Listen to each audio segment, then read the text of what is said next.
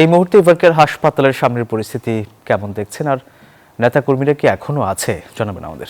নেতাকর্মী ভিড় করছেন এভারকেয়ার হাসপাতালের সামনে এবং তারা যেটি বলছেন যে বেগম জিয়ার যে মৃত্যু সেটি তাদের জন্য আসলে কষ্টের এবং সে কারণে কিন্তু তারা মেনে নিতে আসলে পারছেন না।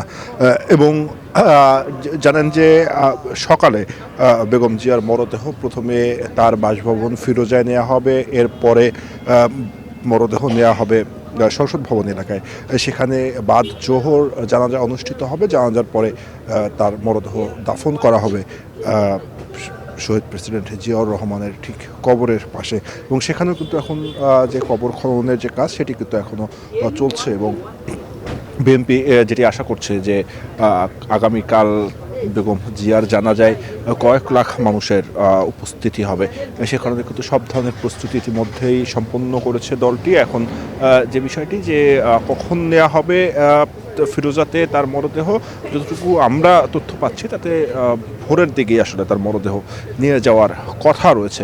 এবং শেখ বেগম জিয়ার এই এভারকেয়ারের সামনে যেখানে তার মরদেহটি রাখা হচ্ছে সেখানে কিন্তু নিরাপত্তা ব্যবস্থা, আইন শৃঙ্খলা বাহিনীর সদস্যরা কিন্তু সতর্ক অবস্থানে রয়েছেন এবং স্বাভাবিকভাবেই যখন আগামী সকালে যখন তার মরদেহ নিয়ে যাওয়া হবে তখন পূর্ণ নিরাপত্তার সাথেই কিন্তু সেটি নেওয়া হবে। এবং 3 দিনের যে রাষ্ট্রীয় শোক সেটি কিন্তু চলছে এবং আজকের জানেন যে 3 দিনের রাষ্ট্রীয় শোকের আজকের প্রথম দিনে কিন্তু সব সরকারি বেসরকারি প্রতিষ্ঠান বন্ধ রাখা হয়েছে এবং বন্ধ থাকবে এবং একই সঙ্গে বাংলাদেশের বিভিন্ন সবগুলো প্রতিষ্ঠান এবং হাই কমিশনগুলোতে পতাকা উত্তোলন থাকবে।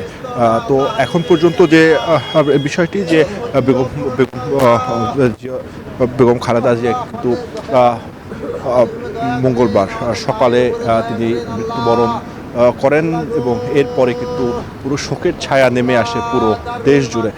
এবং এখানে কিন্তু নেতাকর্মীরা যারা আসছেন তারা তার জন্য দোয়া করছেন, তার জন্য মোনাজাত করছেন এবং তারা যেটি বলছেন যে শুধুমাত্র বিএনপি অভিভাবক শূন্য হলো না, বেগম জিয়ার মৃত্যুর ফলে পুরো বাংলাদেশ এখন অভিভাবক শূন্য হয়ে পড়লো এবং এই সময় বেগম জিয়ার চলে যাওয়া দেশকে আরও সংকটের দিকে ফেলে দিল। তো এই ছিল আমার কাছে এভারকেয়ার হাসপাতাল থেকে সর্বশেষ তথ্য।